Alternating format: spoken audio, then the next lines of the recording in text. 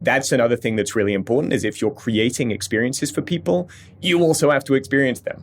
If you're just creating them and then sitting in an office and watching video footage of it or something, that's not the way to do it. Welcome to The Lift, the show about leadership, growth, and getting what we want. I'm your host, Ben Brooks. For over a decade, I've worked with CEOs, their executive teams, HR departments, and entrepreneurs to identify what drives their success and what holds them back. And now I'm excited to share those insights with you.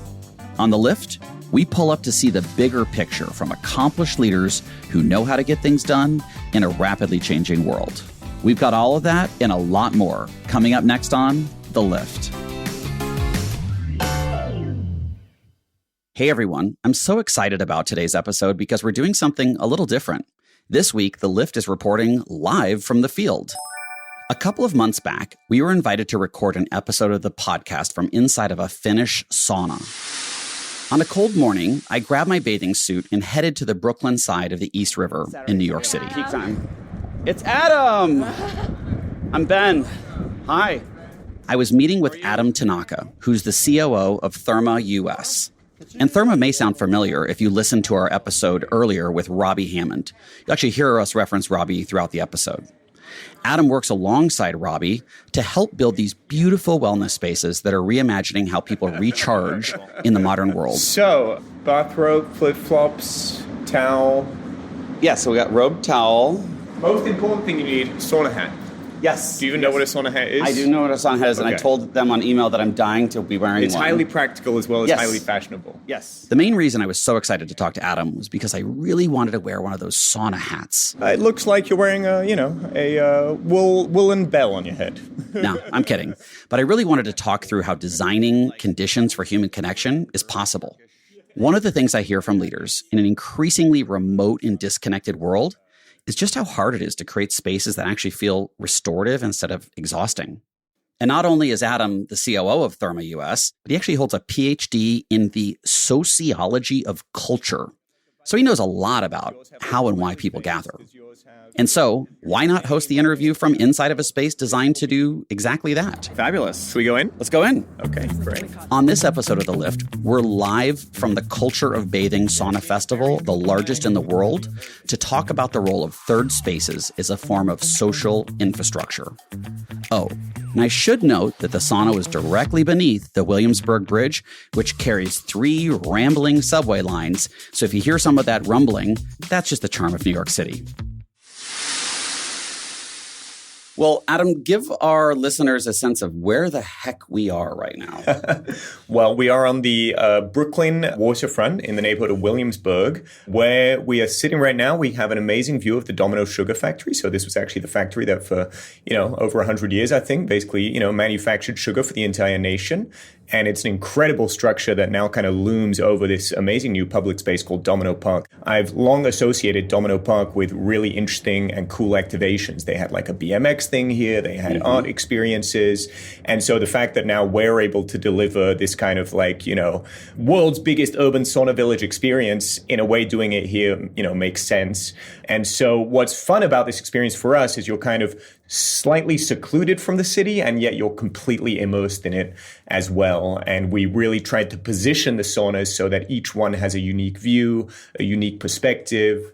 Well, we're schwitzing right now in a sauna, looking at the other saunas. And this is a Finnish sauna that we're in right now? Yeah, so actually almost all of these saunas have Finnish ovens. One of the things that is really unique about our festival is we have almost all wood-fired saunas. That's really unusual in a city context. What I love about wood-fired saunas is you get the crackle of the fire, you get the flicker of the flames, you really kind of feel connected to the origins of humans congregating around fire, in prehistoric times. There's something very grounding and very connecting about that. So yes, we have some Finnish, we also have some Estonian, we also have some, American brands, and we've also been bringing the space to life with with sauna masters and performers from really all around the world to showcase kind of just how rich and diverse this crazy wild universe of bathing is. So can you give a sense of just Therme and your bigger, U.S. vision for bathing? Yeah, Therme Group, we're a roughly 20-year-old company that operates very large wellness resorts in Europe. And really our vision is of bathing as a form of infrastructure and a form of infrastructure that can be experienced by millions of people, every year. Already we welcome over 5 million people a year in our European facilities. And I think part of why we drive such high volumes, yes, it's affordability. The pricing is very accessible, but it's also a kind of intergenerational offering. So we have areas that are for kids. We have areas also where kids are not allowed. But it really means that everyone from age 5 to age 95 is able to experience kind of the pleasures of bathing. There's big pools, there's saunas, there's steam rooms, there's restaurants. People are spending on average in our resorts about 6 to 7 hours per visit. So It really is a kind of, destination a destination experience. Really, in some ways, it's harking back to the origins of public bathing in cities, which were the ancient Roman baths, which were usually located right in the heart of the city, next to the temple and next to the market. And so for us, the sites that we're pursuing globally as well as in the US are really these kind of iconic civic sites where you might put an opera house, a museum, a stadium, a library, because we want this to be an infrastructure that's accessible to many people. And you were talking earlier about, Finnish sauna. The origins of Finnish sauna is very much as a daily practice, a daily ritual. It's not something that's a luxury. It's not something that's like a spa day that you go, 2 or 3 times a year when you get your bonus or whatever. It really is something that's embedded into daily life. This is kind of the heritage that we are building on, and embedding wellness and embedding these kinds of self-care rituals really into the public life of a city. And for us, doing it in public space is part of the point, because you see, the city going by, it becomes normalized as something that's part of a daily routine, perhaps. So we've had family days, we've had, kind of queer nights, we've had club nights, we've had more wellness-oriented sound experiences, sound baths. And so the hope is that, everyone sees something for themselves in a space like this. Well, for people listening, you probably don't sound like you were born in Texas like I was. Tell us a little bit about your family origin and kind of the connection to bathing and gathering and why that matters to you. Yeah. Well, my family is kind of like a crazy multicultural cocktail. I grew up in the UK, but my dad is French, Brazilian, Japanese, and my mother, plot twist, is from Texas. Oh. This, in a funny way, I think really connects to the passion that I've developed for bathing. It's something that I didn't really realize at the start, but, I still have some cousins in Japan. And when I was in my 20s, I lived in Japan for a year and really became completely fascinated by the public bathing culture there. And there it has like 2 sides. There's the Sento culture, which is more like the city, everyday bathhouse, very cheap. And then there's the onsen culture, which is more like the destination, hot spring in the mountains, in the nature, in the forests, more of an escape. And both of those I became really fascinated by. I actually traveled around the country visiting a lot of onsen. And it kind of planted this like little seed in the back of my mind that, there is a way for this kind of public bathing to be really embedded into a society and into everyday, culture and everyday life. And that is not something that either existed in the UK where I grew up or in the US where I've spent my adult life. And so when I started working for Therme, about 6 years ago as a consultant, I immediately saw what the potential was and what the vision was, because I knew there were other parts of the world where bathing was much, much more integrated into daily life, and the benefits are really profound. In our country, at least in the States, so much of us, we're putting walls up. Luxury is behind, it's closed, big hedges and gated communities and suburban. But people seem there's a loneliness crisis around gathering. And, you mentioned earlier in your life, you spent some time in clubs, self-described club kid. And that is a thing for younger people. But increasingly, younger people are less attracted to going out, alcohol, drugs, et cetera. What does bathing play a role sort of societally? Because, if loneliness is one of the top 5 killers of men now, how do you see bathing as an alternative third space potentially? Yeah, I absolutely love this question. I love this topic. I spent a lot of my 20s going clubbing. A lot of my friendships were kind of forged on the dance floor. And to me, actually, there's a huge amount of continuity between the spaces that kind of nightclubs and dance environments can offer and what bathing can also offer. These are basically spaces where you can connect with people in a more profound way, more quickly. And also they're spaces where time slows down and moves in different ways. And so I really think that actually there's a lot of parallels between what people have historically looked for in nightlife experiences, which ultimately is human connection, and what people are finding in bathing as kind of social bathing and public bathing takes off in the US. And funnily enough, there are also spaces that tend to be dark, where you don't really see people fully, where you're sweating. And when there's, something chemical happening in your body, moving, and dancing changes your body chemistry, and contrast therapy, the combination of the hot and the cold does too. It lowers social barriers. It drives endorphins and serotonin. But, as you say, there's also a hunger for healthier forms of socializing, forms of getting together that don't make you feel like crap the next day. And bathing definitely offers that. And actually, one of the things that I'm really kind of fascinated by is how these two spaces are kind of merging, how bathing is emerging as a new form of nightlife. You actually see, DJs and club promoters starting to create experiences that are within bathhouses and within sauna environments. Talking about gathering, JP Morgan here in New York City just built a giant headquarters they've worked on for 15 years. And I read an article that there's a Irish pub inside. It's called Morgan's. There are 56 seats, and it is the hardest place to get into for JP Morgan's. They've 100,000 people, I think, in greater New York that work for JP Morgan. And it's become this gathering place for them. But they have a bar within the office. What is the role for city governments, public-private partnerships, Therme? Because some of these things, if you're JP Morgan, you're one of the largest companies in the world, you can create your own private spaces for your own employee community. But I'm kind of thinking about who are we leaving behind? Because Therme is not designed to be necessarily pure luxury. Right? There's this kind of broader social good, but at the same time, you still have to make money and have these infrastructure things funded. How does all that come together? Well, it's something that we think a lot about. And actually, both in Dallas and DC, where we have, projects in development, we've already had now several years of community engagement and discussion with our stakeholders about how they could put this kind of wellness infrastructure, I'll use the word infrastructure again, to work to advance their needs and meet their goals. One of the other things that I also think is powerful here is we can bring in kind of facilitators from, diverse backgrounds and diverse communities to bring this space to life. So, for example, in October, we did a festival in DC that was a kind of small scale version of this, in which we invited a lot of community partners in to kind of bring the space to life. So we actually had a poet based in the neighborhood in DC where we're developing our project who came in and offered poetry readings in the sauna. We actually invited him to come to the New York Festival too. It was really fun. He was doing kind of community poetry readings in the sauna. There's a huge runway in terms of where these kinds of partnerships can go. And it's something that personally I'm also very interested in. How do we also see the nonprofit movement of sauna in the US? It's something that is more embedded, more established in Europe as a complement to kind of the commercial facilities. And I think Therme is kind of uniquely able to serve a very broad audience because of our scale.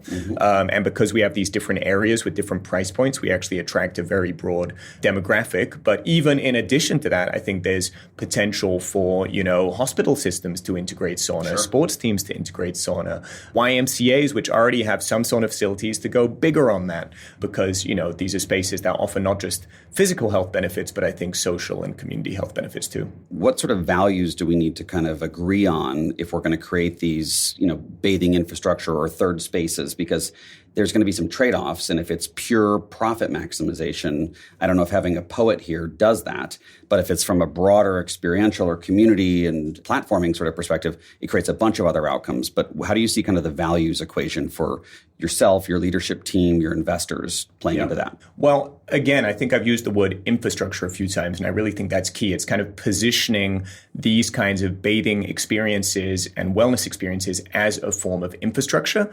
And that means it can hit on almost all facets of life. And I think, I'll use the term market here. I really think the market for these kind of experiences is pretty much infinite. It's everyone of every age. Once they're exposed to these kinds of spaces, they want to come back. In fact, they're kind of addictive. You kind of get a natural high off the contrast therapy and the hot and the cold. And so for us, actually showcasing how these kinds of spaces can interact with art, with culture, with society, with different age groups, with policy issues, that is actually part of our core vision and value to communicate that this is something that is for everyone. And I think in the long term, that's obviously beneficial to the growth of this space from a commercial perspective. But I think it's also something that is hugely important for kind of reframing wellness in the US from something that is a luxury nice to have to something that is a baseline essential.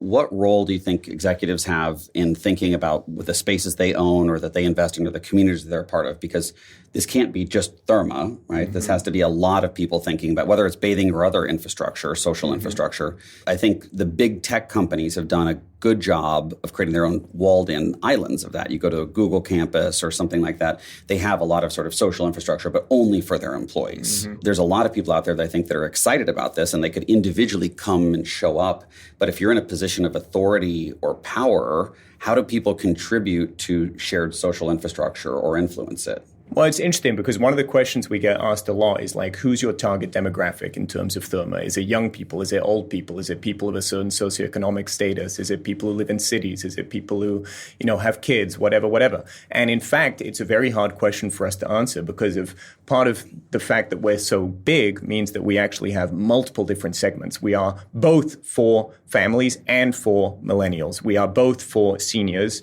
and for, people in their 20s. And I think that is something that, people are often looking for, like, what's their very narrow, market, their very narrow product market fit. And I think for us, it's much broader than that. And part of what we've tried to do with this festival is, again, it's the idea of using this as a platform that can be reimagined day in, day out for different audiences, a little bit like maybe a music venue. Sometimes your audience is more rock and roll. Sometimes your audience is more electronic music. Sometimes your audience is classical or jazz. And I think that is something that is a reframe that is happening, especially in the US, where I think until a few years ago, these kinds of experiences were seen as somewhat niche. Sure. And I think for us, it's part of this short-term versus long-term thinking. We are really thinking on a time scale of 5 years, 10 years, 20 years. Just building one of our projects takes about 2 years, just the physical construction of it. So all of this is about a much longer strategy of kind of transforming the way Americans, and even more broadly, because we're a global company, people around the world perceive these kinds of experiences as something that is part of daily life and not something that's just a kind of a treat and a luxury. And I think in the long term, that's obviously conducive to our bottom line and to the success of our business. But it's something that we see playing out over a 5 to 10 year time frame rather than a 1 to 2 year time frame. A lot of the infrastructure I see people get behind in governments is sports stadiums as social infrastructure. But I think, that they often don't really work out for communities. Sometimes they're done well, but oftentimes they're this dormant infrastructure where a football stadium, they play 8 games a year, and then there's a few concerts, and there's just big, parking lots around it, and it doesn't have the sort of creativity and interactivity and multi-purpose thing. But yet, for whatever reason, they're incredibly popular for taxpayers to pay for private teams to make profit off of this infrastructure. And it seems like that's a no-brainer in every, college stadiums, pro stadiums, et cetera. What would it take for people to get bought into infrastructure that's not necessarily just for some niche purpose? Because I feel like there's a broader argument we need to make around this. Yeah, it's a great question. And we actually often get compared to stadiums because Therme facilities are about the size of a stadium, 500, 600,000 square feet. The typical land footprint is 15 to 20 acres. Wow. And the types of sites that we're looking at are often the types of sites that might otherwise be also imagined for a stadium. And I think what's interesting is, even though from a physical point of view, a footprint point of view, there might be parallels to a stadium. And maybe in terms of annual volume of visitors, 2-3 million visitors, there are some, parallels to how many people stadiums attract. We have a much, much different kind of economic and social footprint than a stadium. We're open every day from 10 a.m. until midnight. But that means both from a traffic perspective and a kind of neighborhood impact perspective, we're much more benign than a stadium because we don't peak in the way that you do for a game or a stadium with massive congestion. It also means that, the vast majority of our jobs are stable and not seasonal. Mm-hmm. And also we're not a seasonal business. We're basically busy all the way through the year, and we're not a weekend-driven business. We actually have more visitors during the week than during the weekend. And I think that's one of the things that, again, positions it as a kind of infrastructure that is being used on a frequent basis, not so dissimilar in some ways from a library or a transit system or a school. I keep thinking about back to that poet as one example, or Queer Night, or the bringing the elderly folks in. From a leadership perspective, it requires a lot of creativity, but also being willing to take risk. So how do you think about, from a leader perspective, being willing to take a bet on something or encouraging these out-of-the-box ideas and being open to it maybe being a flop or not knowing how it's going to go? To me, that is actually one of the most important parts of creating new things. Is you have to be willing for things not to work. And the only way to push the box is to do things that haven't been done before. And there's a chance that they might not work. And also, you often learn more from the things that don't work than from the things that do work. And so, one of the projects that I was really excited about in the festival we did in DC, kind of the small scale sauna village, is we worked with some local muralists who created an animation of murals around the neighborhood that was projected onto one of the translucent saunas, so that as you bathed in the sauna, you actually had the murals washing over your skin. So cool. And as you walked around the sauna, you saw this animation of the city kind of coming to life. And again, it was part of this kind of subliminal goal to weave these wellness experiences into kind of the neighborhood life.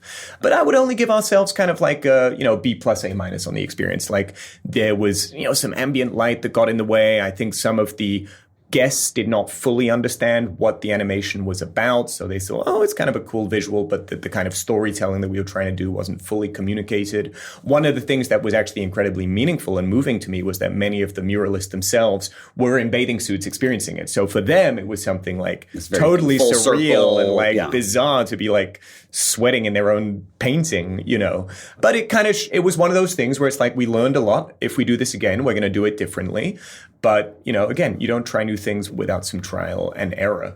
And from just a last kind of executive question, as a COO, when you think about the environment where you say, hey, we got a B plus on this, or let's take a shot, how do you manage or lead that has your teams go do this? Because there's something about it. It must be okay to get a B plus, or it must be okay. So what do you do to kind of create that safety or encouragement or even authorization for people to try the mural thing and not feel that they're going to fail you or that their job is at risk or something else? Yeah. Well, I think there's that concept of psychological safety, which is always one that I've taken very, very seriously, that really creative ideas and kind of development of new ideas and business strategies can only come from everyone being willing to speak up about both what's working and what's not working. So I think that's important. And I think the other thing is really having a clear North Star of why are we doing this?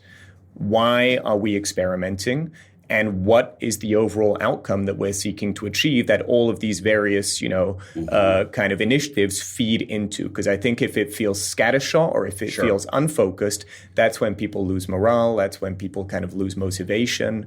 And the other thing I would say, and this is, a kind of something that I really admire about Robbie, is like the enthusiasm and the passion that the leader brings into it from their personal point of view is also really important. So he and I are like literally here in bathing suits almost all the time because we also love doing this. And we love being part of this experience and seeing how people are enjoying it. And we enjoy it too. And so I think that's another thing that's really important is if you're creating experiences for people, you also have to experience them.